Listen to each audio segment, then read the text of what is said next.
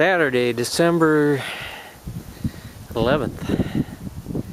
Pretty much a full-out blizzard here in Minnesota. They're saying the biggest blizzard since 1991. That does remain to be seen. And looks like we got a ways to go yet, but anyway.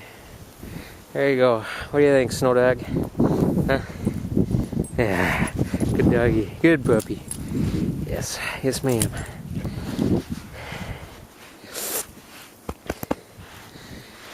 She's over 10 years old, but she loves the snow. She's like a puppy out there in the snow.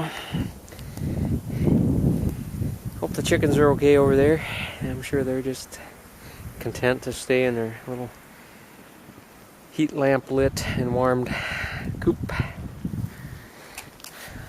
I'll check in later.